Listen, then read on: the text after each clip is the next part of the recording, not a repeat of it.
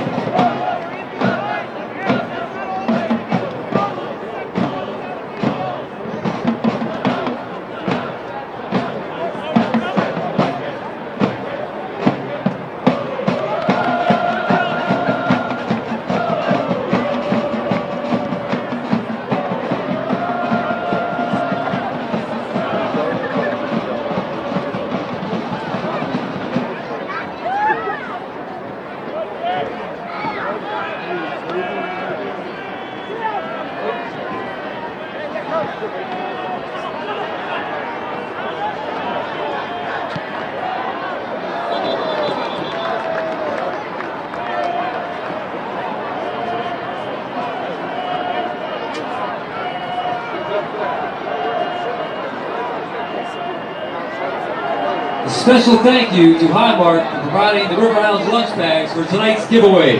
Thank you, Highmark.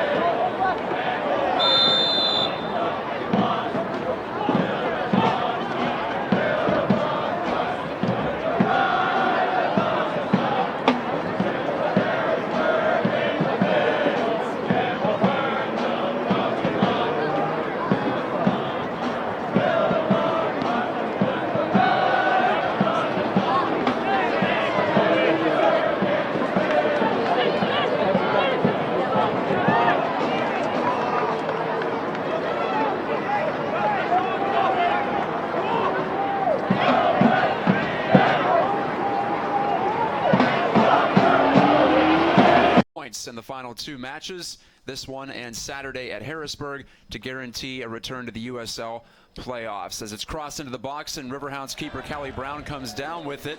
I'm Matt Geica with Paul Child and Gene Klein. We're here in the press box at Highmark Stadium on the south side of Pittsburgh, PA. And guys, the Hounds can't clinch anything. They can't be eliminated tonight, but they can go a long way toward either one of those results, depending on what occurs this evening against the regular season champion Rhinos. Definitely, it's a very, very important game. As you says, Matt, we definitely need 3 points, else we're not going to go anywhere. And then we play Harrisburg, who won earlier today, and ahead of us at the moment. So 3 points tonight, and then a crucial game on the weekend for us. And we need at least a point tonight because of the win with Harrisburg. So it's Obasi can't get by. The ball trickles out. Goal kick Pittsburgh.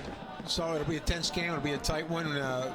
Rochester has been the stingiest team in the league by far.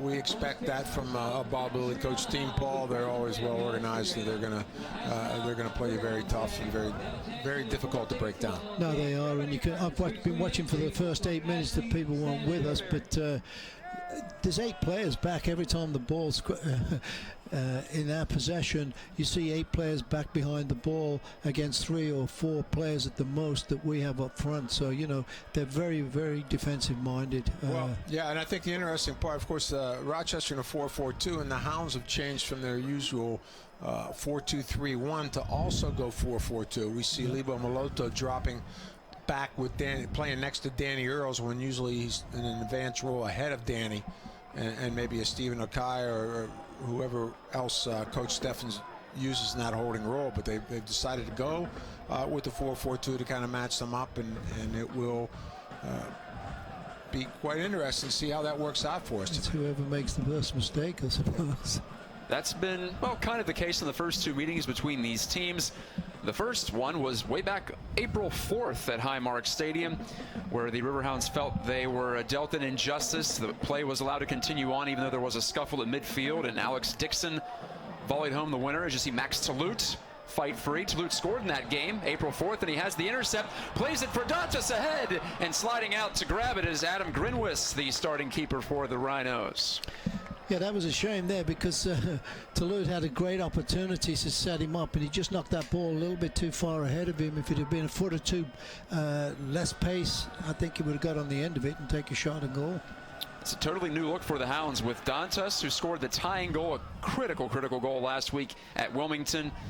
1-1 draw for the Hounds on the road, and Max Talute, who's seen limited time, but as I mentioned, he had success against this team earlier this year. Yeah, and I'm sure they want him in there, but he has terrific pace. He can stretch them a little bit and try to get behind them. We'll use Vinny Dantas as a big target man, maybe try to play some balls off of him with Talute running underneath him, or trying to run through and try to get behind them. And we'll see the usual combination, I think, of Kerr and Vincent wide, coming in a lot from the flanks to support, Paul. Yeah, sure. I think it's the only way we can try and break these guys down. These long, high balls in the box are not going to do anything for us, because they're too tall and strong at the back. As we see Talute doing what we just talked about, which is trying to stretch them out a little bit. But Rochester always has cover. We've already seen, as you mentioned earlier, they're back, and their blocks of four. Yeah. Here's a long ball in on Brown. The Rhinos have allowed 12 goals in 25 matches coming in. That's by far the fewest, less than a goal per match, if you can do the quick math there. But they haven't played in 10 days. They were rained out against Toronto FC2. So you wonder about the old rest versus rust question. And this team, with nothing to play for right now except to try to maintain form for the playoffs, as it has the #1 seed in the East locked up, and it has for quite some time. Yeah, that's always a tough one. They have that rest. They probably gave them a few days off, and then went through some rigorous training, and now they're back at it, where the Hounds have been had their foot to the gas pedal the entire last couple of weeks, because every game's pretty much been a playoff game for us. And here is Rob Vincent. He, of the 18 goals in league, chips it toward the goal mouth, and it's grabbed there by Grinwis. Vincent, in the pregame, was named the Steel Army Player of the Year. No surprise there with his 18 tallies, third most in USL, although Kevin Kerr could have had a case too. 9 goals, 9 assists. The Riverhounds, the third highest scoring team in the league, one of only 3 squads with 50 goals this year. As Kerr takes that one off the face, but he keeps on working. Dahlman leaping up, and the ball will bounce out. The Riverhounds, I mentioned the 2-1 loss here at home to Rochester. They also probably felt like they had an injustice done against them in Western New York, late June, on a waterlogged field. Really questionable conditions to continue on in that second half, but a penalty kick goal by Tony Walls with about 15 minutes to play was the decisive one. 1-0 for Rochester there. One of 16 shutouts this season for Bob Lilly's team. 12 by Brandon Miller, their usual keeper, but he's on the bench in favor of Grinwis tonight. Yeah, they're just probably giving him a little bit of a rest. He's already, I believe, locked up the league record for shutouts. So he's done very, very well. So they want to give their backup keeper a little bit of time, I'm sure. Talute stepping in and causing the Rhinos to rush a bit. The Rhinos record, 15 wins, 9 draws, 1 loss. And that loss was 4-2 to Charlotte, which has been really good in the second half, as we saw in back-to-back matches against the Hounds. That was on August the 1st. The Rhinos were 12-0-7 to start the season, a 19-game unbeaten streak. No, that's a fantastic record, actually. Rochester was on the road for the first 4 games or so. That's right. And, that's right. When they came in here, they were talking about that. Yeah, and they've done very, very well. You got to give them credit. And yeah, you think of they gave up 4 goals against Charlotte. It's 1/3 the whole season. That's total. right. Yes, sure.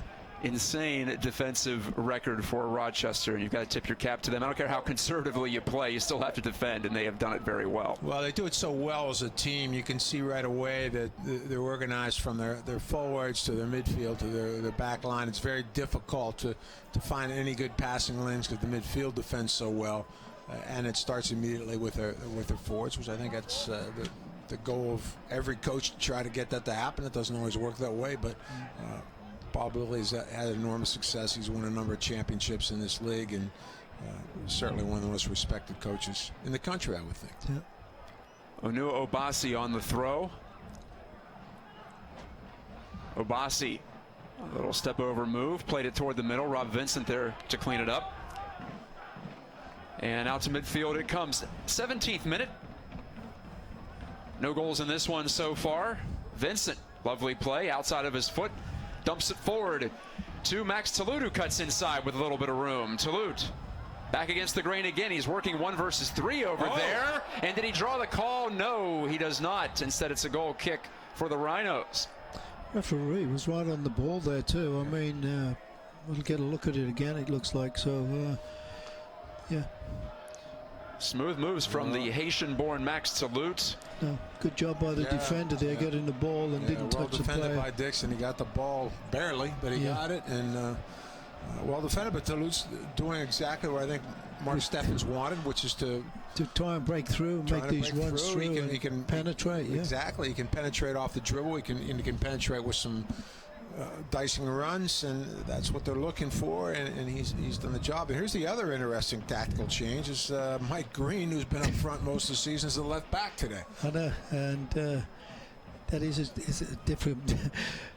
Not different for Green, because he seemed to have played in every position on the field, but he hasn't been in goal yet. But no, that's the only thing. Yeah, he was back earlier in the season, but recently he's been played as the Hounds' lone forward even in some matches. Sure. So it's been a typical season, I guess, for Mike Green, the Swiss Army knife of the Pittsburgh Riverhounds. Yeah, that's a good nickname for him. See if that one catches on. It certainly is appropriate, but he's on the left flank, and Matt Dahlman is the right wing back for Mark Steffens' club. Marking the first season in Pittsburgh for him, the USL Hall of Famer. This team has been inside the playoff zone for much of the second half, although not comfortably. And only the 1 victory in its last 5 for Pittsburgh, but 3 of those were draws. So treading water, and well, at some point eventually that's not enough if you want to get into that top 6 here in the Eastern Conference. Here's Danny Earls, the Riverhounds captain. Yeah, and probably the biggest disappointment with all that, Matt, is just some points that have been lost late in games. Given away, I think you could call it. Yeah, we saw it here 2 weeks ago, exactly, against Charleston. And that has been, that's the difference. That is absolutely the difference, Paul. I mean, we win those points, and probably we're winning playoff position. You know, we're either playing for a home playoff game or we're in for a home playoff game, and they've struggled with that. They have to learn to close games out, and it'll be important to go the entire time tonight. Goal kick, Rochester. The issue is the Hounds are running out of games. 2 left. This is the final home match. And then at Harrisburg City, a place where they had a 3-1 lead. That's one of those games that they could have had 3. At the very least, could have had 1, as Harrisburg scored the winner in stoppage time there. And you're not going to defend every lead over the course of the season, at least not usually. Maybe Rochester has, but that's not typical. At the same time, you hope to convert 4 out of 5, 5 out of 6 of those, and then the Hounds have not done that. They've been closer to 50% when it comes to defending in the final 10 minutes and stoppage added on. I'm seeing now we've got Dante dropping back and Talut up front, you know, and well, it looks like he's trying to find those little seams in between the back 4 and the midfield, because again they have it so compact there and so tight.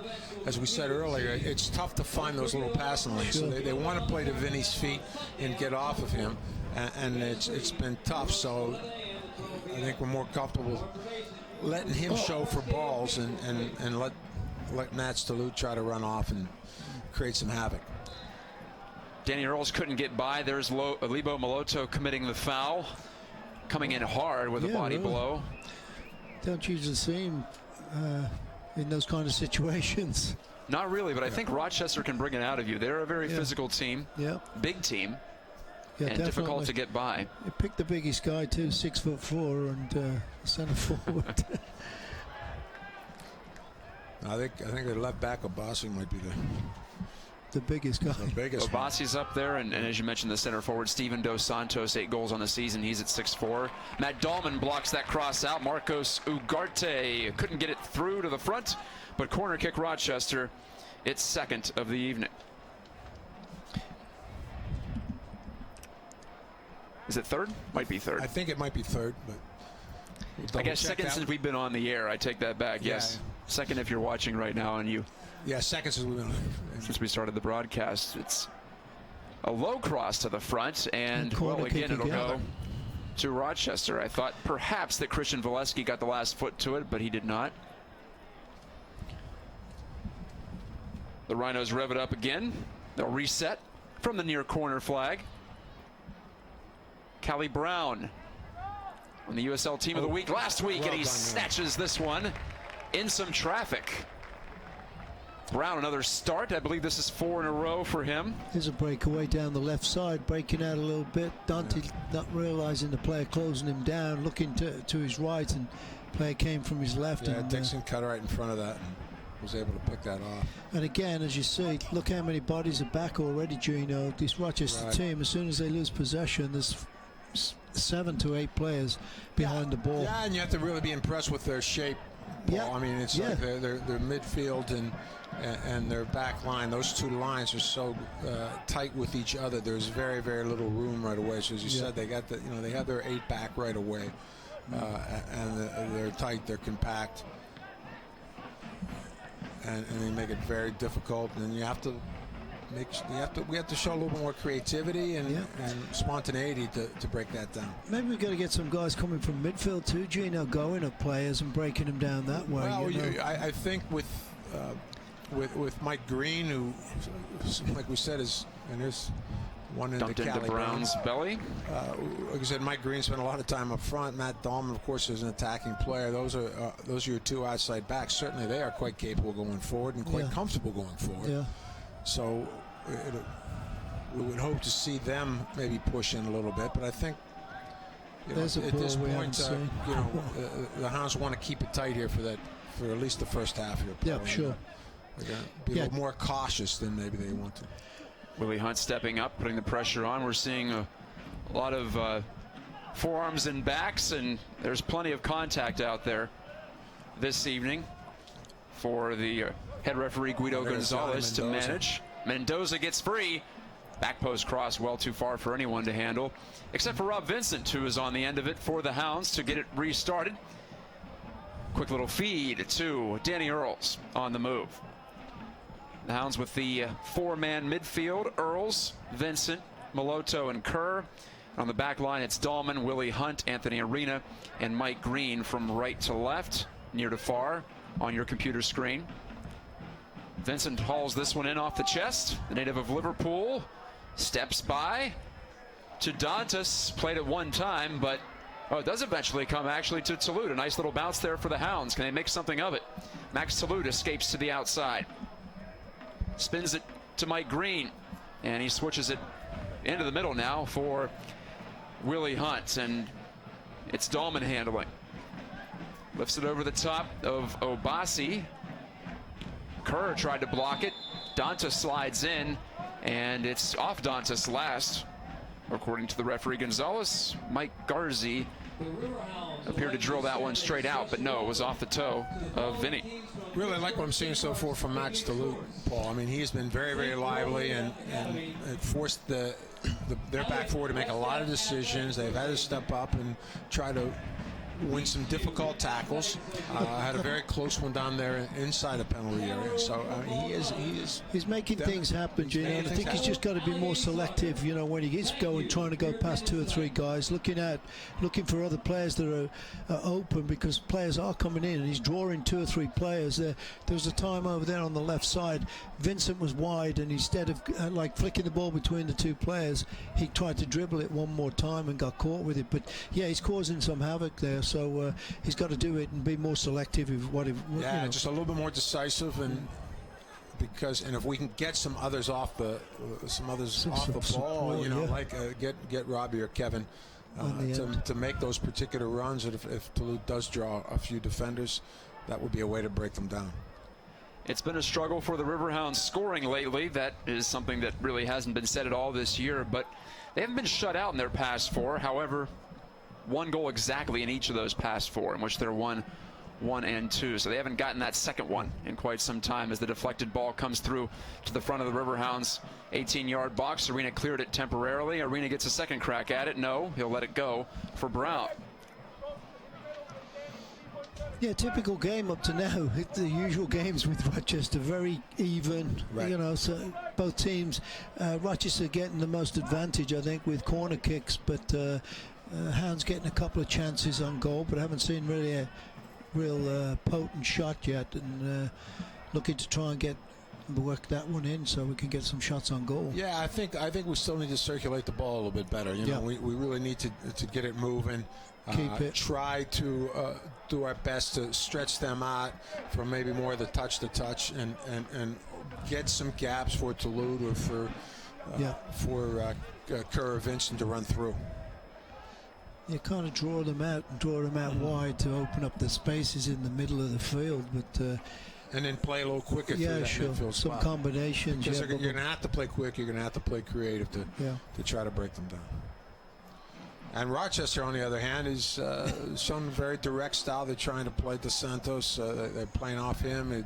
He's played the target role pretty well, and just knocking some balls back down to Valesky or Garzi, whoever's underneath them. And you see a lot of movement also from Mendoza and Ugarte. They're 2 outside players who are free to roam, looks like. Yep.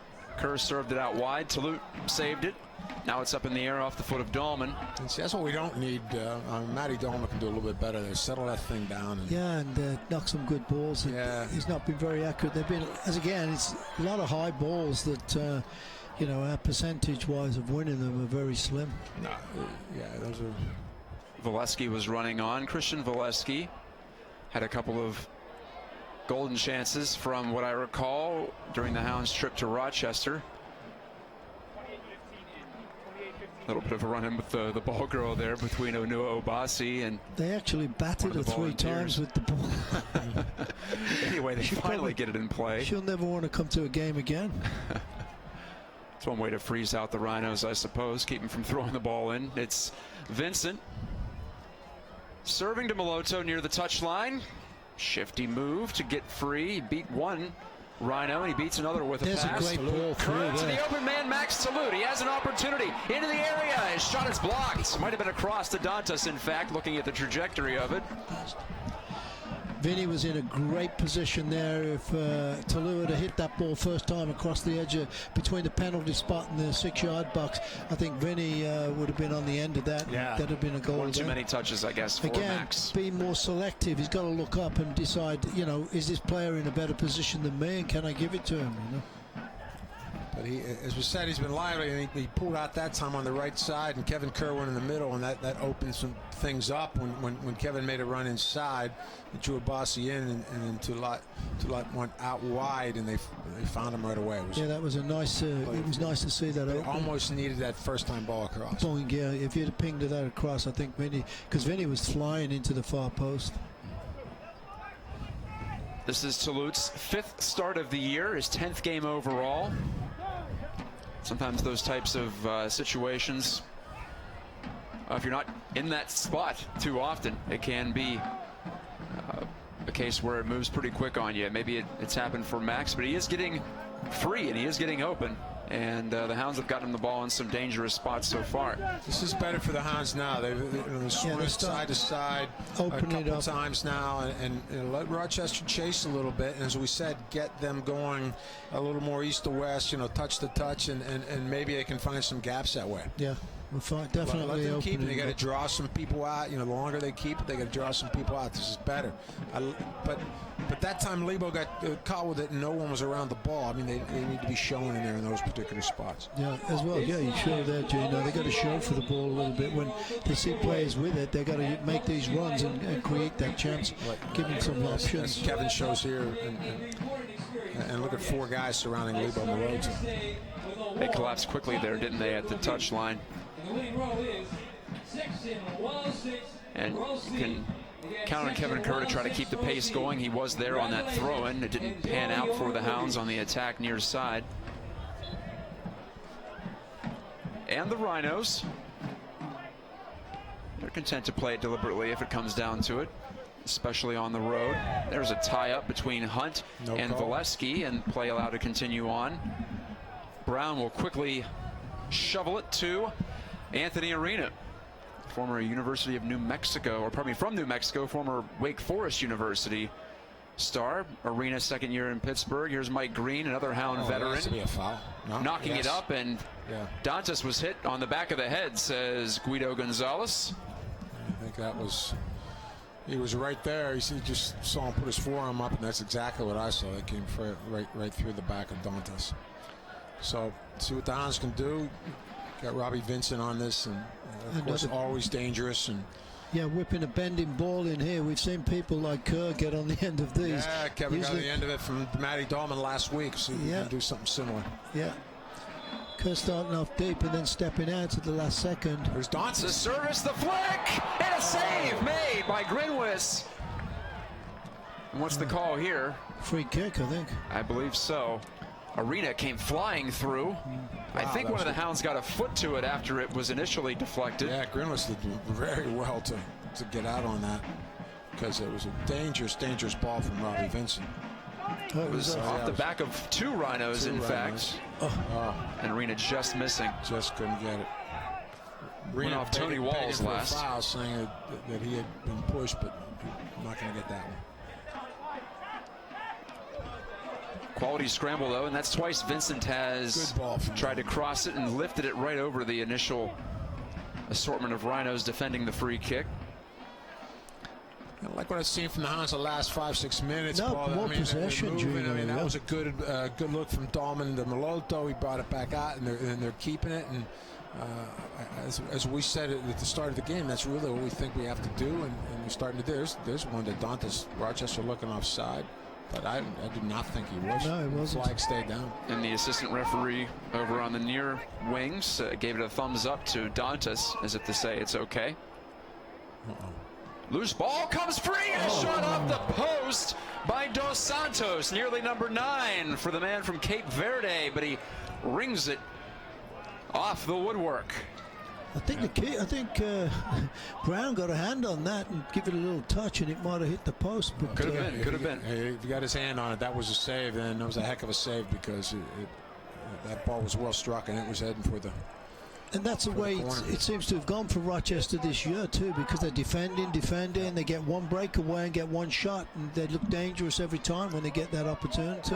Here's the turnover, and Dos Santos working against the smaller Dahlman. The cross, and Green takes care of it, sending it up onto the roof of the Highmark Stadium office. We're going to take a look at this potential save by Callie Brown off the opportunity from Dos Santos, which came out of nothing. No, just got enough. Underneath. Yeah. Tough to tell from that look. Yeah. But the Hounds surrender their 5th corner of this first half. And just as we said, the Hounds seem to pick it up, doing very well. Like for Rochester 5 minutes, keeping possession and knocking it around. 5-6 minutes of total possession. Rochester comes down and gets a couple great opportunities. And again, that's his swinging it a little bit further out wide, but the Riverhounds are the benefit of a call. And again, this is the typical kind of a Rochester Riverhounds game. It's seesaws back and forth, and whoever gets that opportunity and can get one in is going to it's going to be a big factor in this game. One has usually been enough in a Rochester Rhino match this year. Not the first time these two teams played, but the second time, yes. I found it ironic that the Rhinos were rained out, unplayable field. I thought the field was unplayable when the Riverhounds were up there. That had been some of the worst conditions. I saw the highlights before this. Yeah. They showed a couple. Actually, the Rhinos getting a penalty kick and the player trying to kick the ball out of the puddle. Yes. I remember that penalty kick, and I'm like, this is no way it's a sure thing. If you can even lift that ball, and he did well to get that out. Yeah, he did. He like scooped it out. So two controversial games between the Riverhounds and the Rhinos this year. The one here at Highmark, of course, very controversial goal, and then of course this absolute monsoon they played in at Salem Stadium in Rochester. Yeah. Long ball, and Dos Santos is there. He had the first touch, but Arena sweeps it away. He's going to try to chase it down, and he gets there. Well done. Dahlman is fouled. The Riverhounds have to have some confidence coming in, don't they? The fact they've played the defending, or the current regular season champion Rhinos close, and in both of those games really could have come out at least with draws. Yeah, I don't think they don't feel pressured by them. I think they really feel they got a chance here every time they play Rochester. There's no doubt about that. No. The fans are getting into it a little bit now, and I think they're certainly not saying, oh, we have to play the conference champ. I mean, they're certainly quite confident that we've had two games that certainly were very close, and the Hounds could have picked up more points. And Paul, we've talked with Coach Bob Lilly too, and they feel the same about the Riverhounds. Oh, yes. They feel that they're a very dangerous team, and they're certainly concerned about them. And I know he is Vincent Talute again holds it in, but great ball swept away. It was a ball from Vincent. And that's one of the guys Bob Lilly has talked a lot to us about, is that Robbie Vincent has just been absolutely gigantic for the Riverhounds, and they know that they have to pay particular attention to him. Yeah, because he's definitely making things happen. And they worry about that combination of Kerr and Vincent we've seen all season. One of the few teams that those two haven't connected for a goal against is Rochester. Flag is going to be up. That will be an offside play. Dos Santos wags his finger. I don't know if he's saying it wasn't. He looked like he was 10 yards off from him. I thought so too, but hey. But the linesman waiting for him to touch it to put the flag on. The ball was played, and you could see the linesman had the flag ready to go as soon as, or the assistant referee. Yes, that's what we're calling them these days. And their names tonight are Lucas Feathers and Justin Freer. Nate Buck, a familiar name, is the fourth referee tonight. Matt Geico with Paul Child and Gene Klein. We're at Highmark Stadium as dusk falls. Here in mid-September, the Riverhounds in desperate need of points. They can't clinch a playoff spot tonight, but if they get 3, it would be massive for their chances. And they would just need 1 point at Harrisburg to lock up a postseason spot. For right now, though, it's no score, 39th minute. It would just make it a much easier game to go to in Harrisburg, if you did have 3 points compared to 1, and I think that's what's super. That's why I was saying it's so important for 3 points tonight. It just takes that little bit more pressure off you if you're going in there just looking for a 1 point. You'd hate to go into a road match needing 3. That's always a difficult spot to be in.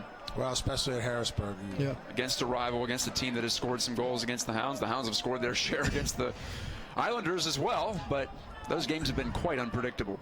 Yeah, the ones you never know what's going to happen. And Harrisburg's always a tough place to play. You're playing on obviously a natural grass surface there, and it's a different atmosphere. And of course, the Hounds train and playing on the artificial stuff all the time. That's an adjustment, even if we do get some training sessions on grass. Yeah. Can Dantas get by? He does. The ball to Kerr was a little too far, maybe. I thought. Looked like they'd stop playing for a little minute there, but yeah, well done by Dixon again. He's had a couple great plays there, tucking in from the right side, and he tracked Kevin Kerr all the way back and was able to cut that play off. But great run by Kerr again, and that's the stuff we love to see, that Kerr gives us that energy, Paul, from anywhere in the field. Obasi settles the spinning ball. Onua Thomas Obasi, standing at 6'4", one of the many players above 6 feet on this Rhinos team. So tough through the air. Deflected cross, and Dos Santos keeps it alive. Laying it back. Now the cross toward the 6-yard box. It's back out to Ugarte. And his drive was blocked off by the Riverhounds. Throw in Rochester. Yeah, just trying to drive that ball between, into two players' legs. It probably could have been a bit done something better with it, where they look up and knocking the ball back for somebody coming in late. But good for the Hounds that he did that. But again, they're starting to pressure us. Oh, there you go. That's a bit of a giveaway for us. We'll take that. Take that one for sure. 5 minutes to go in this opening half. Have you visited the new USLsoccer.com? Get the latest news and live stats, and check out the new social media hub, Facebook, Twitter, Instagram. It's all there, USLsoccer.com, and that's where you can find the links to all USL regular season and playoff game live broadcasts here on YouTube.com/USL. All live, free, and in high definition. Once again, we apologize for the technical issues at the start of today's broadcast. We didn't miss too much, though. We joined up about 10 minutes or so in. Thanks for watching. Final match of the year, in the regular season at least, for the Hounds at home. Still an outside shot that Pittsburgh can get a home playoff match. It would have to win both of its final two and get some help from other teams around it in the table. Callie Brown's going to have no trouble with this one. Yes, the Riverhounds can finish as high as 4th, technically. Still a possibility with 2 matches to go. The 3rd and the 4th teams get home matches in the opening round of the playoffs. They'll host 5 and 6, 1 and 2. Rochester, and that'll be Louisville, will have the opening weekend off. Yeah, I don't know whether that's good for them or not, really. I was going to ask you about that, what you guys thought about that system. I think sometimes you kind of get into a lull, too many. And the other thing, too, is the other teams get their playoff jitters out early. Sure. And the top seeded teams are sitting back waiting. Yeah, they get a week to watch and prepare and all that, and they have a home game. So I'm sure you'd much rather be in 1st or 2nd place. Yeah. However, it can have its. That's where the upsets do occur. You see it happen all the time, especially in a one-game, single-game playoff. I mean, it can definitely happen. So. Right, these are not 2 match aggregate matchups. They are just the single 90-minute game, 120 if you need it, and then PKs after that. So the goal, just get in and then see what happens after. Yeah, it's funny you mentioned we still have that outside shot at a home game, but I think that's not in anyone's radar right now. They just not at all. Find some way to break down Rochester and get hopefully 3 points out of this, and if not, make sure we get 8, at least a point. So they're completely focused on that, and everybody on this team knows that they got 2 crucial games that they have to play through. No reason to worry about the table today. The only concern is the team in front of you in the green and the gold uniforms, the Rochester Rhinos. There's a shove, it looked like, from Obasi. Yeah. Play allowed to continue on. It's in the legs of a Rhino, and it's blasted over the top by Ugarte from just about 8 yards out. Yeah, dangerous play there from Rochester, and like I said, Obasi got away with a little bit of a stiff arm. I think Obasi caused us a lot of problems. I thought he was posing for a Heisman on that. It sure looked like it. But he just pushed a couple of players away. The referee let it go, even though his arm was out there. Yeah. But he battled away and made something out of nothing. They call it hand fighting in American football. We're seeing quite a bit of that out here tonight, and it's being let go for the most part by Guido Gonzalez. He really hasn't. He's letting him play, but I mean he's called all the. He hasn't missed too many, but he's letting him play. Yeah, he is. Right, no real complaints for me. I want to be clear. That's a good ball. It is to Dantas, turning drive, and it's blocked out. That'll be the Hounds' first corner. Great way to finish the half here with a good corner kick and getting on the end of it. We've said that sometimes before, and it's worked. Yeah. So we're going to try it Dantas. Arena will come up. And Vincent will take it, it looks like. Might take a short one here, and we'll see Maloto going over, but Well, the Riverhounds try that play where it comes through to Kerr at the top of the box. See Danny Earl's coming in there too. So traditional corner, bending in and knocked away. Obasi was there, and there's the whistle. No stoppage time added on. 45 exactly has elapsed, and that's it. No score at the half. That was a great corner kick there, because he hit it right into the open space where that's where you need the forward going in and getting on the end. We didn't make the runs in that spot. No, it was there. It was. So we're going to step aside. We have a special presentation coming up on the field from Pittsburgh Mayor Bill Peduto, as he will be joining forces with City Parks Pittsburgh, Big League Sports, and the Keep On Playing Foundation to team up with the Riverhounds in a partnership that allows the club's professional coaches and players to run clinics and train youth coaches in the city. So that'll be something to look forward to at the intermission. For now, though, we will step aside on youtube.com/USL and riverhounds.com. Matt Geica, Paul Child, Gene Klein. We will return with first half replays and the start of the second half in just a little bit. Stay with us.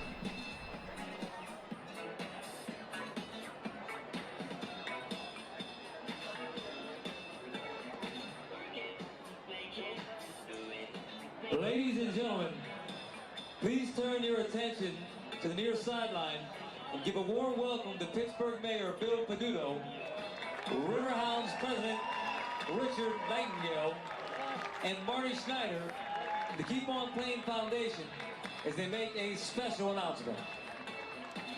Thank you, and first of all, thanks for the tremendous support this year from everybody. Let me first say, as a professional soccer club anchored in the great city of champions, the city of Pittsburgh, it gives me great pleasure to announce tonight a comprehensive partnership with the City Parks Big Leagues. What that means is that the Riverhounds will be providing soccer clinics and training sessions for coaches throughout the city and the Big Leagues program. Those will be done by Riverhounds coaches, and also players, pro players will be involved, so a true partnership. And in addition to that, we're very fortunate to have Marty Schneider and the Keep On Playing Foundation will be donating soccer balls and equipment that will fuel this program. So truly coming together for a comprehensive program, and the Riverhounds couldn't be more happy to bring more exposure and make soccer more available to the young kids and the youth of the city of Pittsburgh. So I'm just going to turn it over to Marty Schneider, who's got a few words, and then I've got a presentation and we'll hear from the mayor. We're to the train spot. All right, well, anyway, thank you, Richard, and thank you, everybody, for participating in this wonderful evening that the Riverhounds helped us put on. Thank you, Mayor Bill Peduto, for saying yes and saying, you know, the kids of the city of Pittsburgh are so important, and Richard for stepping up and adding value to all the programs that we're going to help out. And thank you very much for everybody being here, and let's go, Riverhounds! Thank you, Marty. Thanks for all you've done. So, Mayor, on behalf of the Schallenberger family, the Riverhounds, and all our fans, let me first of all present you with this jersey. Home jersey, gold and black, traditional colours of the city, and I'd love to hear a few words from you, sir.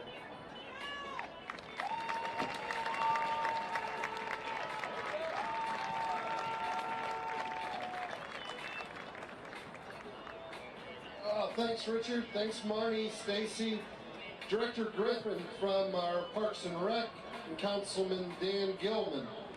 What does this mean? It means now that Pittsburgh's kids are going to get the best training in soccer. It means now that a California foundation, Keep On Playing, is going to donate equipment to the kids to take home. And it starts tonight with the 150 city kids that are here will be taking home a soccer ball.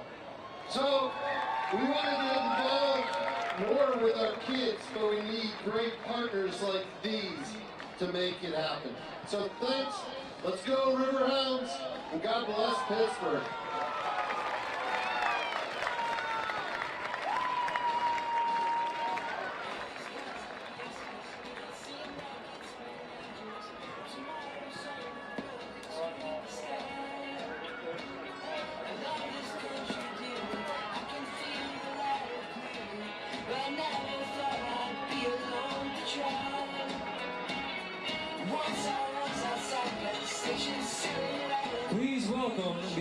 tour UA players to the field tonight for tonight's halftime mini match.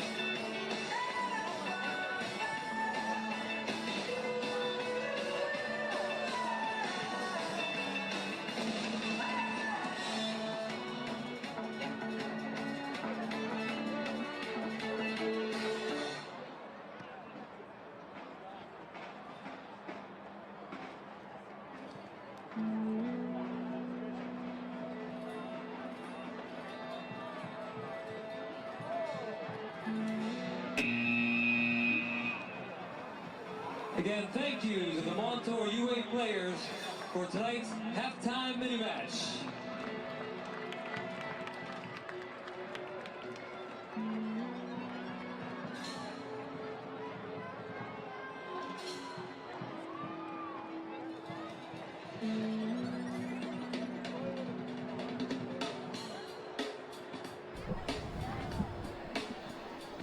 Welcome back to Highmark Stadium. 45 minutes in the books, 45 to go.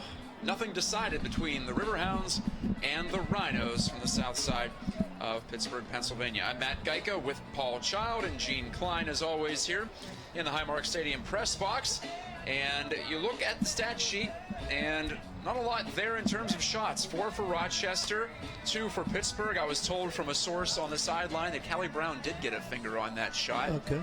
So mark that down as one save, and our only save, in fact, of the opening 45. Here are your highlights for the first half.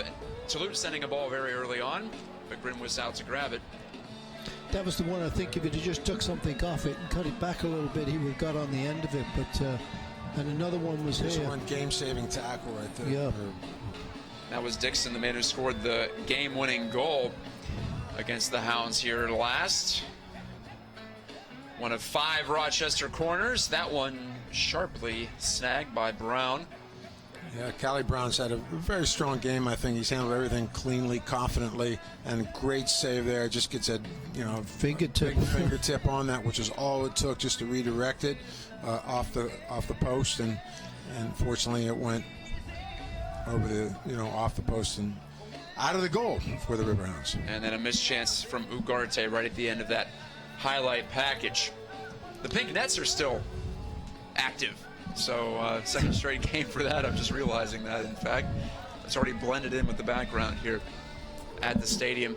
Well, it's a battle of 4-4-2s, guys, and it's looked fairly conservative at times, but you've talked about, both of you have discussed how the Hounds can try to infiltrate and get inside that 8 block, as they call it, and find a way against this Rochester team to make something happen. Yeah, they got to, I mean, we saw it in spurts, like 5 minutes here and a couple of times where they opened it up a little bit, and we got players where they were free for a through pass. But again, Rochester makes it very, very difficult to do that, Matt, because they're so organized. Everybody seems to be perfectly situated to make it very difficult to find those slots to put the ball through. It's going to be interesting to see what Mark comes out with here, Gino, because he's got to try and penetrate a little bit more. We were talking at the halftime about maybe coming around the outside and going wide, but if he pushes players up from the back, then when the Rochester team are counter-attacks, which we saw them do right at the end of the game there, they get dangerous. They can make something happen. No, they've been very dangerous off the counter. That the save off that we just saw with Callie Brown came from a pretty dangerous counter that Dos Santos and Valesky have been very, very alert up there and looking to stretch the Hounds right away. So if the Hounds do commit Matty Dolman and Mike Green from the outside backs, and there is a breakdown, boom, Rochester's out right away. The insertion of Max Toulouse, I think, has been a good addition because he brings a little bit different dimension that the Hounds have not had. And not only the speed, but I think the ability to beat some guys off the dribble, and when you're well organized in the back like that, I mean that has to be one of the ways you can break it down. You break it down. You got to be. We have to have some guys that can run at defenders with the ball, and so the ability to take it with the ball is one way that we can beat it down. And as Toulouse becomes more dangerous, Paul, I think what you said earlier is that will open up for some runs out to the flanks. It will force the defenders to shift a little bit. Yeah. So we'll see what happens. The best stretches for the Riverhounds in the first half have been when they kept the ball for 7, 8, 10, 12 passes. Making Rochester chase it and making them chase the game spaces, a little bit. But we also saw that Rochester has been very direct and very dangerous off that counter. Their midfield is very active. Ugarte and Mendoza, their 2 outside midfielders, are very active, and the 2 front men, Valesky and Dos Santos, are very dangerous. Dos Santos has been very dangerous all night. And the Rhinos are used to attacking off the counter because their whole system is based off defending and being structured. So That's how they get their goals usually. It's quick pushes back up the pitch. The Hounds will be attacking from right to left on your computer screen. The Rhinos the opposite direction. No changes, Matt, I don't think. It looks the same. Doesn't look like it. Doesn't look like it, no. Looks like for both. Yeah, I think they're both the same. I think, you know, Rochester, as Matt, just to follow up on your point, I mean, how they play, that's the way Bob Lilly is going to set up how he wants his team to play, and he looks for players that are going to fit in with that, and everybody knows their role extremely well. They're very alert with that, and no matter who's inserted there, they're confident they can continue with that system, and you can tell that's why they've been so successful all season as a team. That was a great ball. Beauty of a ball, yes. It was exquisitely struck from Vincent. Toulouse in the corner down there and gets the throw. Max Toulouse hopping a bit. Looks like, yeah, he got the worst of a tackle near the touch line, but wow, did Vincent come out ready to go, putting that one right on the money. Those long diagonals, the staple of the Riverhounds attack when it's clicking. Here comes the throw from the sideline by Dahlman, reaching up. However, it wouldn't have counted. Reaching up was Willie Hunt for the header, but the foul is called.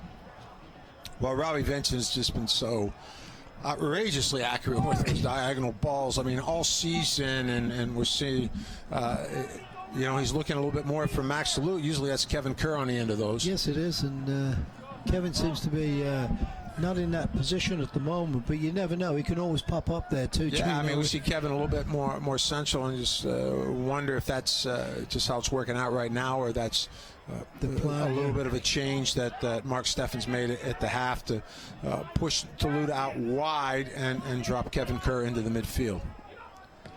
So we'll try to follow that one. I mean, right now, Kevin Kerr playing a lot more central, and Max Toulouse out wide. We saw that a little bit at the end of the first half, too. Yep. Green gets away from some trouble. The Rhinos pressing hard there. Yeah, they really were. They didn't want to lose that possession, and were making it very difficult for the Hounds to get off the sideline and get it out of there. It's a two-sport night here in Pittsburgh. You look across the point, and you see the lights of PNC Park. The Pirates in action, the Riverhounds playing. Great sports town. Yes, the Goodyear blimp is up in the air somewhere. Surely getting some shots of Highmark Stadium for us. They can't come here and not get at least one look at this facility. Absolutely. The ball served up the sideline. Kerr couldn't overrun his mark, and at any rate, it's a throw in Rochester. You can follow the USL on Twitter at USL. Become a league insider. Join club conversations. There's some great table updates. Keep an eye on those standings. Very important this time of the year on Twitter, in addition to club conversations. And you can also have a chance at exclusive league and team giveaways. That's at USL on Twitter. The Rhinos can't send it up the field, and the Hounds take it back. Yeah, broke up nicely. Irina stepped up very well there to cut that pass off. Green volleys it with some side spin. Dahlman finds the handle on it, but gave it right back to the Rhinos. That's Vasilios Apostolopoulos. Well done. Good job. First time calling that name tonight. I forgot he was on the team, and there it was. All 30-some letters of it. we were leaving that call to you, man. I appreciate that, guys. That's what makes this partnership special. Here's the throw. Yes, Apostolopoulos on that towering back line, along with Sean Toch, Onua Obasi, and Tony Walls. I don't think I gave you the starting lineup because we joined in progress tonight. Marcus Ugarte, Alex Dixon, Johnny Mendoza, and Mike Garzi in the midfield as the Hounds get the turnover, and there's their own midfielder, Lebo Maloto, laying it off. It's Dantas, left-footed cross. It's a great one, and just a little bit behind Maloto, who tried to get that head there. Or pardon me, that's Toulouse who was soaring in. Yeah, Max Toulouse come flying in, and I thought he was going to get on the end. I thought he was going to get on the end, and that's the one. And again, one time we saw Alex Dixon has been the outside back there, and he went flying up the field, and we were able to do what Rochester's done to so many teams this year, is catch them with that one guy out of position and catch them on the counter. Riverhounds buzzing a bit. Mike Green. Dangerous one. Low swinging cross, and Kevin Kerr was seeking it out, but he had it headed away. Dos Santos may have an opportunity here. He does take it away, and a foul's going to be called there against Hunt, who got in the way of Dos Santos. And that was eerily reminiscent of the situation that led to the red card issued to Sterling Flunder last week. Not quite as blatant, but and not quite last man back, but the foul was whistled there. Just ran all over him, didn't he, like a steamroller? But I think I'm surprised It'll be a yellow, so yellow on Willie Hunt. He definitely put his body, professional foul in a way there, getting his body in front of the players. He knew he was going to be beaten. So yeah, I mean, Dos Santos was on his way. On his way, he was going full tilt, and Willie Hunt did what he can to get an obstruction call out of that. But it was a good, smart foul. Yeah, might have saved the goal, and he'll absorb that card gladly if it did save a goal, or at least a great chance on the Riverhounds' cage. So the Rhinos were just content to play that backwards, actually, as Mike Green has Johnny Mendoza is able to get onto that one. Mendoza, tenacious, tried to cross, but Rob Vincent was there to head it off. Vincent again coming back and helping out. In the middle, though, it's Valesky. Served up in the air, bicycle kick, and it's on the mark from Dos Santos. Well done, but right at Callie Brown. He's trying to pull a Christian Benteke from out of Aston Villa. That's a nice try. This past weekend. I thought it was a bit of a dangerous play, though, because Arena was coming in with his head. Yeah, I did too. I didn't think he was going up for that. Reminiscent of Benteke for Liverpool against Man U last weekend. That was a beautiful goal. Throw in for Vincent. Speaking of Liverpool, that's where he's from. I don't think he roots for Liverpool, though. I believe he's an Everton. Is he a blue or a red? Yeah. I don't know which. I think Everton is right. Have to figure that out for him, but it's the same place. If you say so, you're more of an expert in that area. You just don't tell them that. It's the same place. You walk down the street, you can. I remember staying there with a friend and seeing a game, and he was an Everton man, and he just said, "We have to go to my mom's house. She's a mad red." So it's like. Lifted up for Valesky, cuts it back against Arena, but Arena uses his body to fend him off. Nice touch there by Lobo. Nice ball there by. Oh, this is an opportunity. Vincent to salute, slicing through, and he's bumped a little bit, but lost control. You just feel Toulouse can, just a little bit more, just a little bit extra separation, maybe sometimes with the ball, or he's been so close. I mean, I feel that he can break through. Yeah. Mendoza. Johnny Mendoza, great veteran player in this league. He's all around the ball. Yeah, he's consistent player, dangerous player. Certainly a guy that, as a coach, you want on your team. You can work through him and you can play through him, and he's always given a very honest effort. 5'6", 140 he's listed as, the 25-year-old Colombian national player, previously with Orlando City when it was a USL team. There's a flick on. Loto gave it right back to Dantas, but he mishandled it there. Second on the road, Dantas is giving away. I mean, he has to do a little bit better with that. I mean, he's in the game to bring some players into the game, and he's, we need him to try to connect with some players, because that's a couple times, twice in the last few minutes we've had a nice little attack going, playing very, very quickly with some quick combinations. Yeah, looking dangerous. Yeah. Green. Off of Vincent's foot. Green has to try again. Dangerous play, but it does get to Hunt, and the Riverhounds can build it up a little bit. Another touch, a little heavy for Dantas, gets away from him.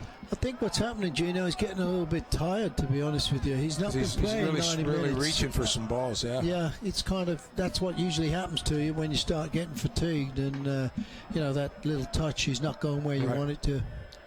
Well, I don't think they were... Out wide, Obasi. I don't think they were expecting to get 90 from Dantas, but... maybe hoping to get a little bit more than his 55 minutes. Sorry, Gina, disputed corner there. And Dolman telling the referee, obviously, was definitely sure that it was touched by a Rochester player on the way out, and referee just ignoring him. But what's at the 6 now for Rochester, man? It is. Looks like Mendoza will take it, or at least set it up on the arc. Riverhounds challenge with 2. Now just 1 as Salute backs off. Brown easily handling the 6'5" keeper. Rolls it out and right past Vincent. Callie Brown's just been really impressive here the last several weeks. I mean, his command of in the penalty area has been top notch, and you know, every little cross that comes in, it's very, just very handles it confidently, cleanly, makes an early call. So it's terrific to see the progress that he's made in the goal. I think in the beginning we started, I know I was saying, you know, a guy that size, he's got to demand that area and come out and win those balls, and he started doing that and getting more and more confident with every game, and that's what it needs, you know, when you're that size. Just, hey, this is my ball, nobody's going to get it. Yeah, and that certainly helps the defenders a lot, because they know when that ball is whipped in. Just get out of the way. Yeah, and they hear his call, they're going to get out of the way because they know it's going to be in his hands. This is his 13th appearance, That's a 12th great start. ball. It is a good one. Kevin Kerr, can he make something happen? He shielded off, though, and Grinwis smothers it. That was Tony Walls doing the defensive work, and Kerr is getting back into the play now, but didn't have much of a protest.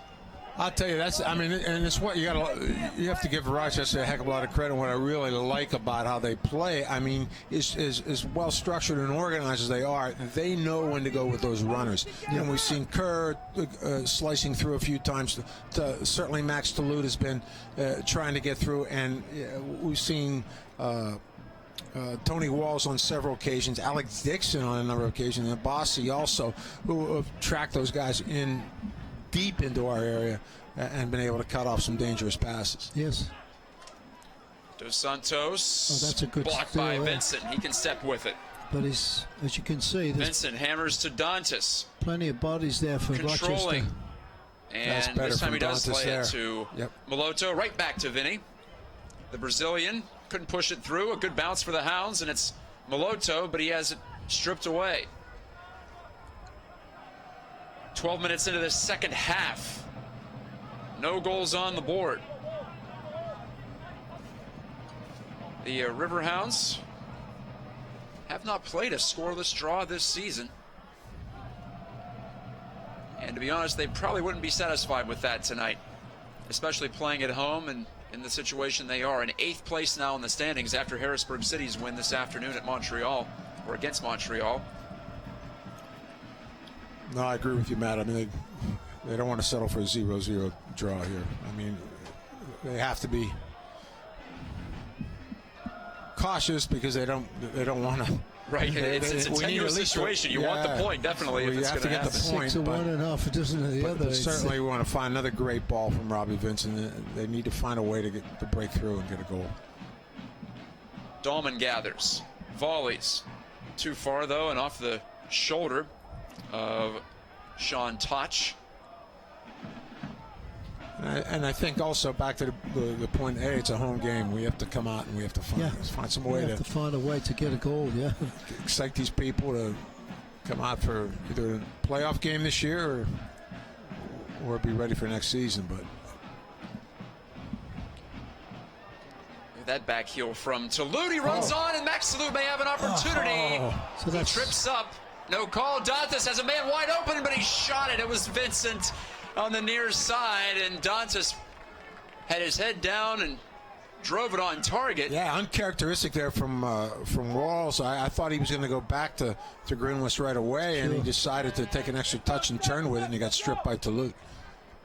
So Toulouse continues to make things difficult for that Rochester back line. Foul here. And I think gives the free kick to Rochester. We're going to see a change here, and we're going to see Pasha coming in soon, and I think they're looking for that spark with speed again, pushing those balls through and hopefully getting on the end of it. So the question is, will Pasha, the question we always have, will Pasha go at an outside back, or will he go into the midfield? I think for sure we'll see him on the left side. Well, it seems up and down. We'll know if I mean, would he go for Mike Green, or will they make a change maybe and push Robbie Vincent or Kevin Kerr into the middle? You know, Max Toulouse has been working on that left side, as we said, to start the half, which was a little bit of a tactical change as Kevin Kerr has come more central. So maybe we're going to see Pashard for Max Toulouse, as he seems to be tiring out, but he's been dangerous. You know, let's see both of them on the field. It gives a lot of pace for the Hounds. Yeah. Toulouse was seeking Moloto. Looks like Ford's coming out. Toulouse coming out. Yeah. Pasher's going in. Tyler Pasher, the first-year Riverhound. Not a rookie pro. He's played in Finland before, as well as with the Lansing United in the Premier Soccer League. So Toulouse is done, but I would say a well-done hour of play for Max, even though he did not quite finish off some opportunities and maybe wasn't as sharp as he wanted to be at the end, but he created some serious havoc. A good shift for Max Toulouse. Did very, very well, and I think was our most dangerous guy all night, Paul. And now you're going to see Now we'll see Miro Chabrillo probably coming in, and that has to be for Vinny Dantas, yeah. I would think so, because he's starting to fade, and understandably so when you've not played a full game for quite a while. He came on late last week, and that's when he got that tying goal off the header. Dahlman had the cross. Another assist for Matt Dahlman. And he's very close to taking over the all-time USL assists lead. In fact, Matt Dahlman. He's got 30-plus in his career with the Hounds. Remember, he led the league 2 years ago. That's a bit of a mismatch there, isn't it? With Dahlman against Dos Santos. Dahlman falls down. One of the Hounds got nutmeg there at the edge of the area, and the Rhinos get the corner kick. Calling some things, it's kind of strange. It's been pretty decent, but there you wonder. Yeah, fourth official screaming for the referee to try to get so we can get Miro into the game for Dantas. Nate Buck holding up the sign. Dantas out. Miro Chabrillo is in. Robert Morris University graduate Miro Chabrillo. So two Canadians join the party. Pasher and Chabrillo, two very different players. Chabrillo good through the air. In-swinger. Off a couple of bodies, driven through, and oh my, that would have been a heck of a finish for the Rhinos. Almost a deflection. But Valesky just missed. Or not a deflection, but more of a redirect from Valesky. Yeah, and Dahlman was still on the goal line, so it wasn't in offside position. Everybody else had took off. Yeah, it would have been onside had he been able to redirect that. Yeah, if you see him, he's just the only guy back. So the Rhinos set it up. This guy was pushed to everybody's head. That was Garzi to Valesky, and the left foot just a bit errant. Canardo Forbes will be the first substitute for Rochester once they get an opportunity. Forbes, the Jamaican. Well, look, and it looks like for the Hounds,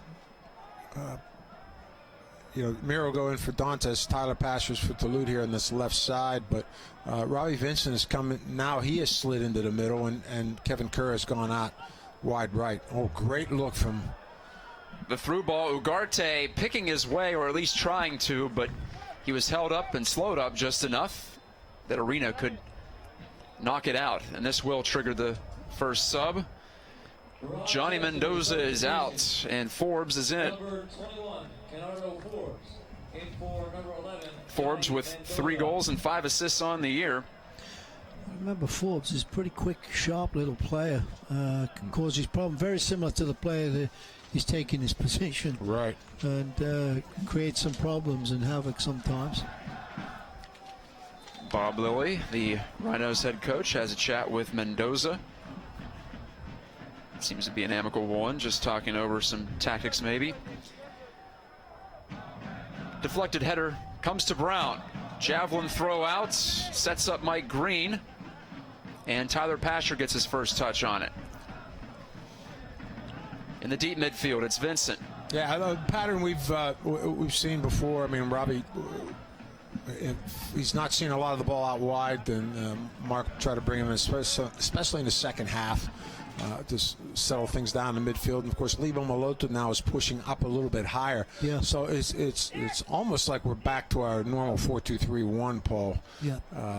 Because Lebo has pushed up, Miro's there, Tyler, Kevin Kerr out wide, and Robbie Moore to a holding spot with Danny Earls. Sometimes those numbers, those formational labels, they're just that. You can definitely be a little more flexible once the game starts and you see how it's all going to play out. Throw in Rhinos.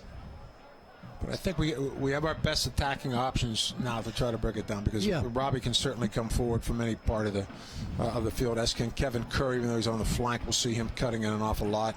And Lebo Moloto now, I'd love to see him really active underneath Miro Chabrillo.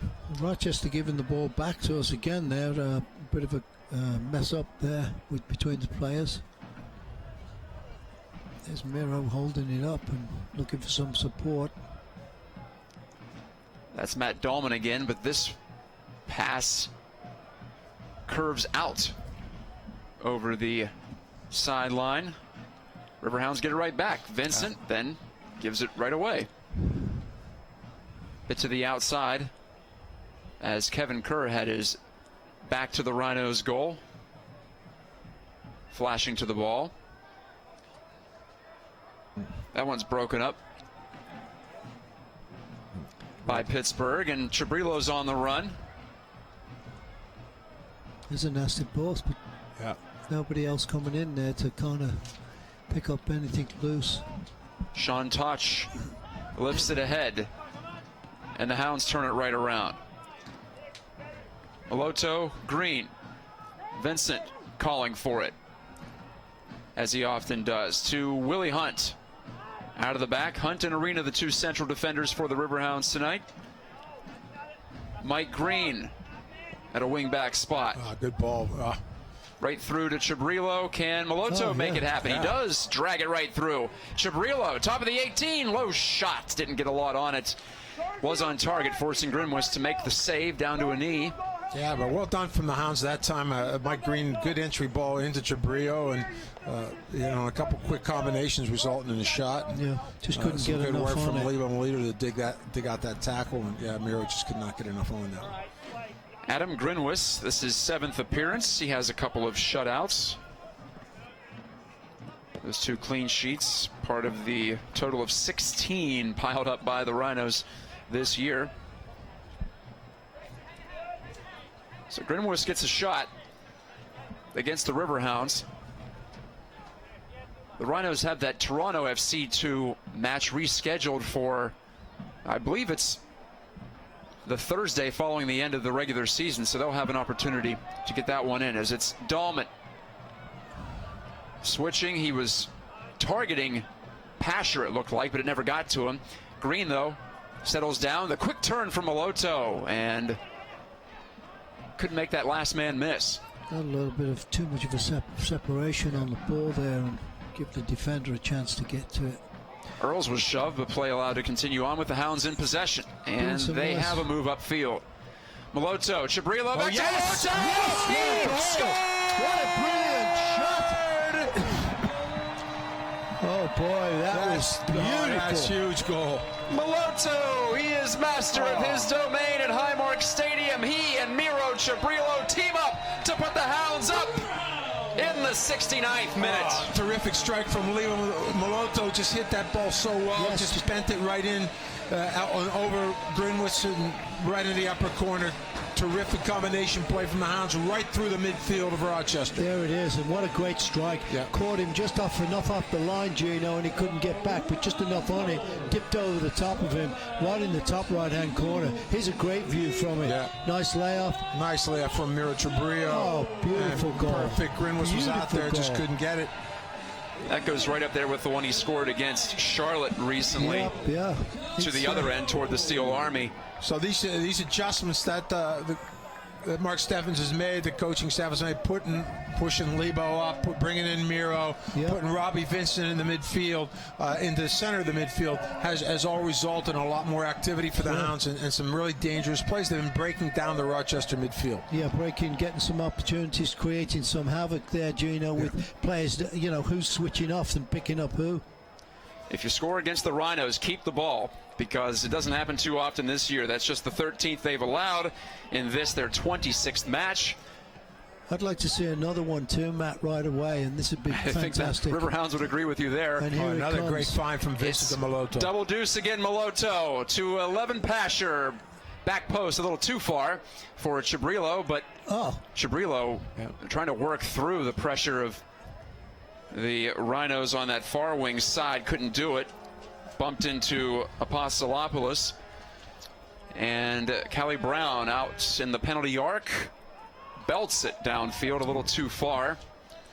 Yeah, but we could see that one coming, couldn't we? Because with the little change up in the midfield, you pushed Lebo up a little bit higher, Robbie into the center of the park, and their back four was staying fine, but their midfield was becoming a little bit more disorganized, and I think that was because of the mobility of Lebo and Robbie Vincent and Kevin Kerr in those spots, and they were breaking through that block of 8 was breaking down a little bit. Yes, it was, because they were all like out of their comfort zone, it seemed. Yeah, we did not see that at all in the first half, and it started happening here in maybe the last 10 minutes of the second half.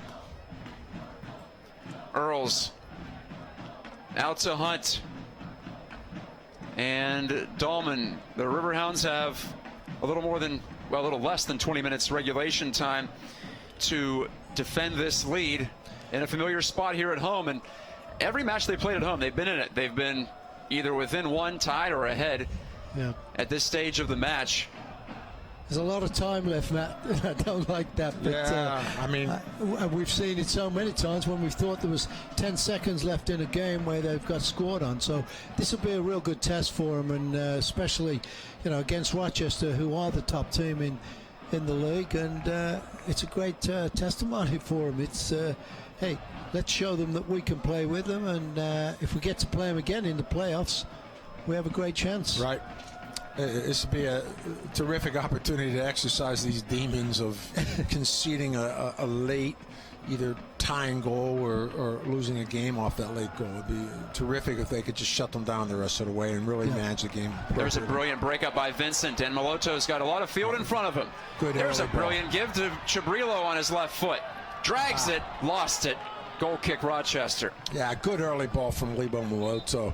Miro has to hold on to that for us. Yeah. Timmy Mulgrew, on loan from the New England Revolution, is the substitute waiting for his turn, the 23-year-old. Yeah, obviously Bob Lilly thinking he's got to do some changes here. He's not going away from here. He went empty-handed. He's looking to change things up. And Colin Rolfe checks in. Rolfe with 3 goals on the year for this Rochester side. Dos Santos is out. Yeah. Probably rested him a little bit. It seems strange because he always looks dangerous, Number 2, Marcus Ugarte. Ugarte was the man who came to the bench in favor of Colin Rolfe. Rolfe had the start in the first match against the Hounds, at least this season, from what I can recall just offhand. Green elevates this one. Moloto, whoa. That's not a foul. He had the big body of Obasi fall right on top of him at midfield, but the play was allowed to continue on. Hounds get this throw off of Obasi now.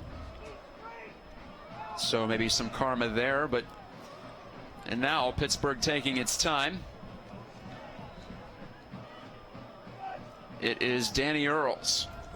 Here's Rochester staying in their 4-4-2. Yeah. They haven't been in this situation very much this year, chasing a game. Sure, it is strange to see him. Now you see Bob Lee going, barking out some orders here. He's obviously not happy with where some of his players are positioning themselves. Oh, good look from Lebo Moloto. Nearly got it to Pasher. Ball's volleyed skyward. Pasher's going to find it. Jabrillo, the shots, and he missed the net. What a great effort again.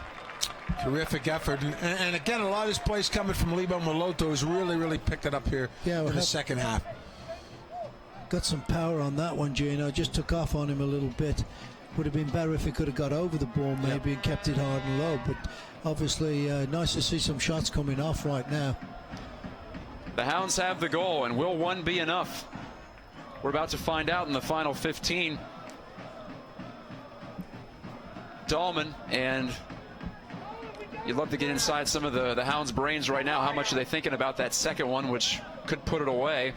And maybe the Rhinos are a little vulnerable after conceding. They haven't done it too often this year. Yeah, and they're going to have to open it up a little bit. And here again, Vincent and Moloto, and now we have Kerr out wide.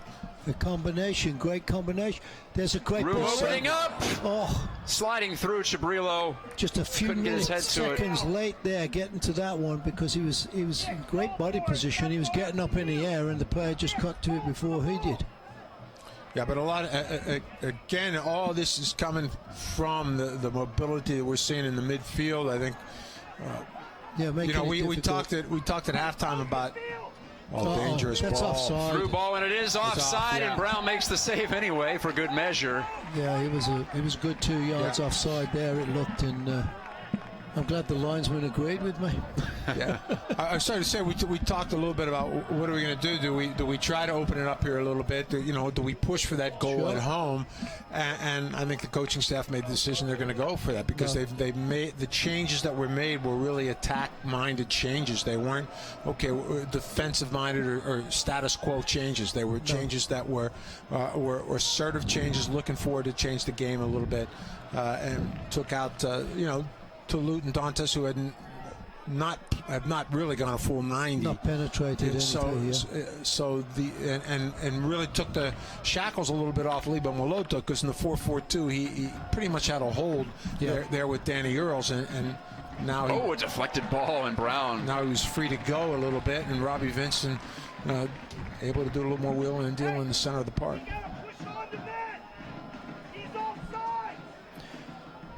And you hear Bob Lilly on our crowd mic calling out he's offsides. He's barking at him, at his players, and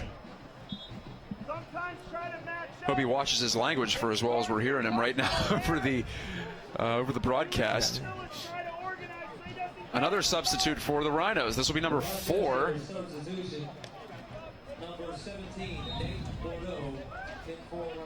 Nate Bordeaux takes the place of Sean Toch. Bordeaux not on the Rhinos roster from earlier in the week, but he is on the lineup sheet. And that looked like a handball, but referee lets him pointed play upfield and said play on, boys. And so they did. Earls looked like he was shoved off the ball, but that play continues. And now this is onside. It's Valesky. He can't cut it back against Hunt, who cut him off there. And Hunt got another foot on it as well. And the Riverhounds don't concede the corner either. They just give up the throw. From the Hounds got back very alertly on that one. But this is the way we've got to be. We can't be casual here. Again, getting a quick throw in, and we've got to be ready for this. Alex Dixon to Canardo Forbes. Second half substitute Forbes. Back to Dixon, the starter. The chip. Arena's there. And Pasher, finally Green, heads it in the direction of Moloto. Right on back. Earls couldn't make much of it, but that's better for Dahlman does. And here we go through the midfield again. There's a great find. Deep ball carries a little over the head of Kevin Kerr. Yeah, Vincent Robbie's been a little bit off with these balls out wide, Gina, just a little bit too long. Just a little bit the last couple, yeah. I mean, because he was connected on every one before that. No, this is just... You can definitely sense some urgency with the Hounds. We just have to be careful now not to open it up too much and get caught on the counter, because the important thing is 1-0 is what we want right now. Oh, exactly. There's no doubt about it. We've got to keep it. Forbes. That guy wasn't right on offside. Through. Good recovery from Matty Dahlman, but it is a corner. It is a corner, yes. Timmy Mulgrew, the forward fresh into the game, was on the receiving end of that ball. This is where we've got to really be tight, mark up, win the ball. There's nothing. This is where you know, Brown, I think, has got to show his. Yeah, and he's been flawless so far. Yeah. Callie Brown and the Hounds going to be challenged by this corner. This one is right at Callie. And the Riverhounds number 30 in the gray keeper's jersey lays it out Yeah, three to black, Green. 3 black shirts down his left-hand side.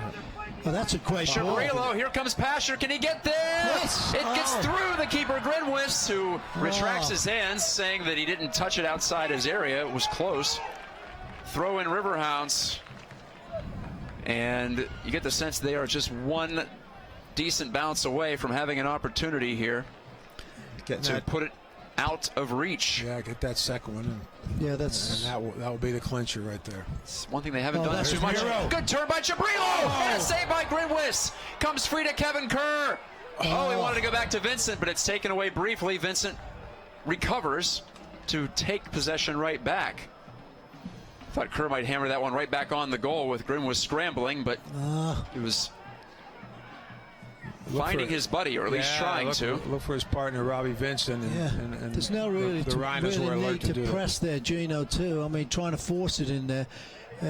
Should have probably took the steam off it and just started over again. And I think that's all we need to do right now. Is just keep. Yeah. Unless it's on, I mean, you got to. For sure. That would really help it with that second one, nail in the coffin, kind of. But. So Miro Chabrilo has made a serious impact, along with Maloto, since coming in. Yes, he has. It's winning. Yeah, the substitutes have been very, very solid for the Riverhounds. 82nd minute begins. Oh, good job there. Earls forcing Forbes to backtrack. And there's a sliding tackle by Maloto, nearly won it. And he did win possession. Boy, if there had been alert there, Maloto was off to the races, and the defender was like left in the dust, and nobody looked up and saw him taking off and picking up the ball. And the problem was, too, that Forbes grabbed the ball. He thought that he might get the throw that way, but it didn't work out. It's a nice ball. That's a good switch from Mike Green. Two-hopper to Dahlman. Can he get around the edge? Matt Dahlman working against 2 Rhinos, and he is thrown aside. With a wrestling hold. Matty Dahlman's so quick to get back, but do we really need Matty Dahlman going forward? Not really. He does recover here, and the Rhinos couldn't make a move upfield quickly. We have been very disciplined in recovering. You know, the few times we've seen, I mean, Matt Dahlman's gone forward a little bit more than Mike Green, but he is quick as a cat to get back. Colin Rolfe. Combination play! And the Rhinos have tied it. Christian Valesky, and that happened right out near the top of the Riverhounds area. From nothing. And it's 1-1. Didn't look like much was going on. Nothing. Very and there it is, the equalizer for Rochester. Yeah, terrific finish from Valesky, very composed. Yep, gotta give him credit. Nothing Callie Brown can do. He tried to come out and make himself big. Here it is right here. Just one ball right. Yeah. Willie Hunt caught Willie Hunt caught on the wrong side. Wrong shoulder, play, yeah. You see it from this angle. And Brown charging out as soon as he saw it, but it was chipped right around him. And I guess the only solace is there's 7-8 minutes to go, at least in this one. I mean, well done from Valesky. I mean, you have to get, because Callie Brown did not give him much space, and he put it in the only place he could have. Valesky in the 83rd. And a foul just at the edge of the area. Come on, maybe the Hounds can answer with this one. Yeah, we definitely need one. Tough collision with Tony Walls and Green. Yeah, that was just, totally against the run of play here. We see this one. Mike Green again, running at him. Green got the opportunity and side swiped. Yeah, I mean, it wasn't Walls that got fouled. I mean, Green went into Walls. I did not see who came across there. I believe that was 17, Nate Bordeaux. Okay. Again, not on the official roster sheet, but he is on the lineup card. Well, this is Robbie Vincent territory right here. I'd like to see. It is, and wouldn't it be fitting if he could find a way to sneak one through? Like a little roll back from Kevin Kerr to Robbie's right foot pole, and I think Robbie's going to take off to the right, and Miro's going to touch it to and they him. can touch it to him. So either Kevin or Miro, or maybe Miro's going for the near post bender. But yeah, he's making him feel that way. Yeah, no, it was. Vincent Grinwist! What a save! What a stop by Grinwist. We haven't seen too many get in the way of a shot like that this year. It was a great save. It was a great save. But it's exactly we called what it we Kevin did. Kerr rolling it back to Robbie. It was on. And my goodness, what a stop. And he strikes it, and he hits it so perfectly right through, and that's a great save from Grinwist. Yeah, it is. I mean, that is a great play. Boy, the action has picked up lately, has it not? It sure has. Last 20 minutes. We've seen some opportunities. And Grinwist, give him credit, 2 big saves in this half. And the Rhinos sniffed that one out. That was it was waste. coming through for Vincent, but couldn't fool the defender. And the Riverhounds will have to backtrack here on the goal kick. No, terrific second half for both teams. Oh, yeah. Yeah, really picked up. I mean, it was so, pretty even in the first half, and then us getting that goal really livened everything up, and had a couple of chances since then. Rochester getting that goal and really have not been down our end and caused us any problems. No, it was that then. one little play, that one little, they won that, and again. God, I hate to keep coming back to this, but just seems to be that one little hesitation that we just switch off there for a second, and Valesky got behind us. Oh, Pasher charges Arena on had the left stepped wing. Up. Willie Hunt was 1v1 with Valesky, and Valesky got a step on him, and terrific finish. Green, the throw-in. Chabrillo's boxed in, but he found the way to push it to Moloto. Boy, long way back. Arena across. It's a 1-1 score, 87th minute. Oh, good ball. Chabrillo, and no one home there. Vincent a bit late getting to the spot that Chabrillo sent it to. One more substitution coming up for Rochester, you see. Yeah, they will use their final one, will the Rhinos. Grant Van de Castile receiving instructions from Bob Lilly here in the 87th minute. Valesky the high ball. Arena. Moloto. And Pasher. Moloto whistled. And he is demonstrative in his disagreement. Not letting it. Another substitution. I mean, Bobby Lilly was waiting for a sub, and he says no. Free kick. we can hear almost every word that is being said. Yeah, I think Bob said he's been standing here. I guess not right in that exact spot. Out of corner. This is off a Hound's head. And well, now Grant Van de Castile will check in. I feel like we have Bob Lilly mic'd up for this evening's broadcast.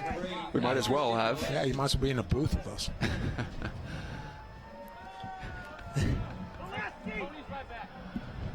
So who's checking out? Christian Valesky is being waved over and taking his time.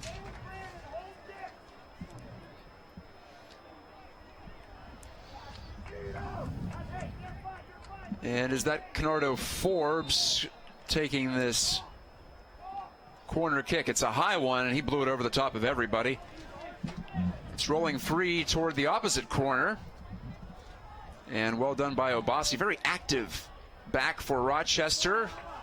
Gets another corner as he plays it off the leg of Chabrillo.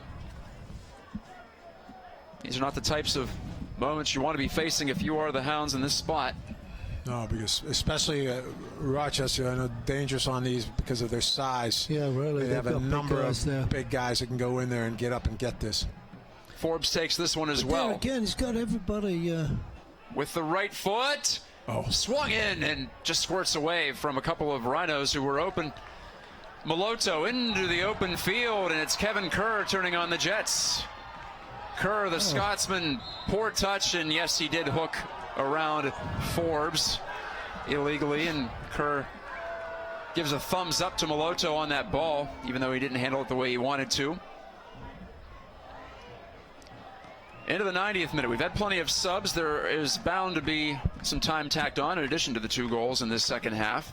Probably 2 or 3 minutes, I would think, at least. But I mean, I think been a few substitutions, no real injuries, so yeah, I think 2-3 minutes too, Paul. Melotto overran it.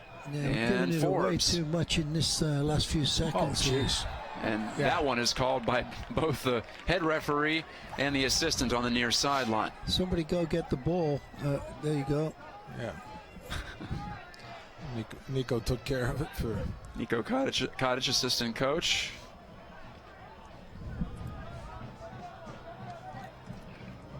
And it's number 6, Rob Vincent, waiting for his teammates to get downfield. As we get closer to the end of regulation, just a few ticks away. That one's over, Chibrillo. Yeah, not an accurate, not the delivery that Robbie Vincent was looking for. No. 3 minutes, as we see. Yeah, Vanderkast still went back, and it looks like he went in the back, and they just To give him more bodies back there. Yeah, it get a seems, couple and more bodies another back there. big guy as well. well, But, that's 18. That was the substitute, so he came on. And just trying to clog it up a little bit more. Earls almost out-jumped the ball, but he did win the possession in the midfield. Pasher has it poked away. Dahlman drives it. A good touch from Melotto. Finds Kevin Kerr. Kevin Gets the throw. trying to get that ball in the mixer. Back to Kerr. Giving it Has away. handled that one, but Oh, Melotto Melotto. rakes it right back. Boy, he did well to get Did that well one. there, yeah. Melotto, Arena. Yeah, they got Hunt. Alex Dixon, who's been playing right back the entire game. He's pushed up, and Tony Walls has moved over to the right back spot, and Vanderkast still went into the center. Kerr couldn't squeeze through. And goal kick Rochester. That'll kill some time.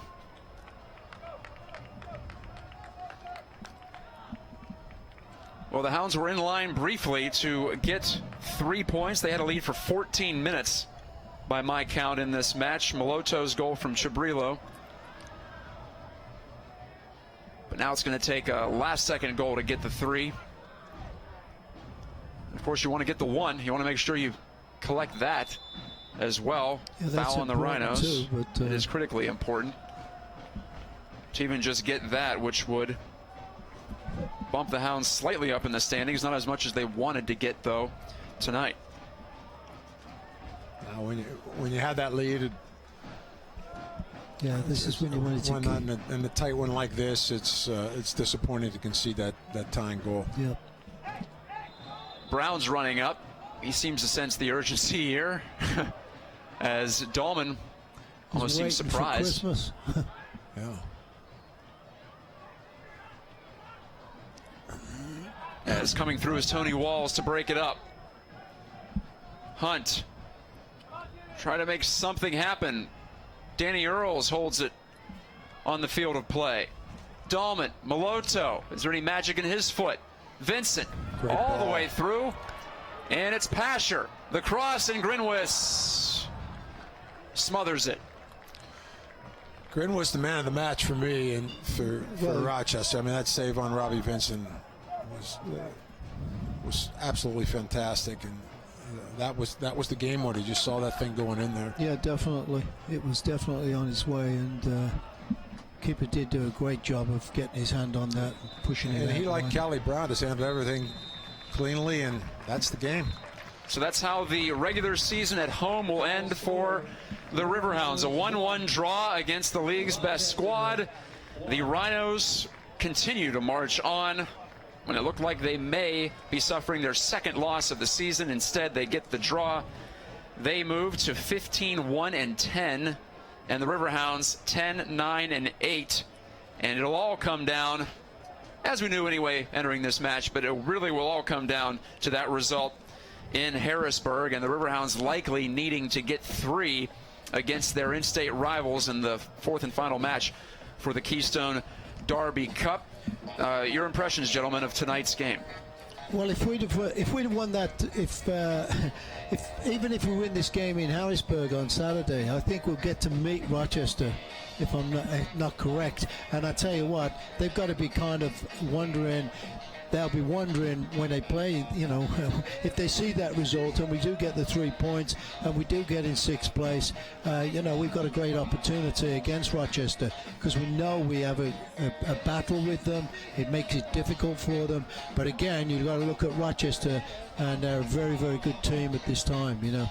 Well, I think, you know, I agree with you. First of all, I thought it was a tale of two halves. I mean, both played very cautious, very tight, very compact.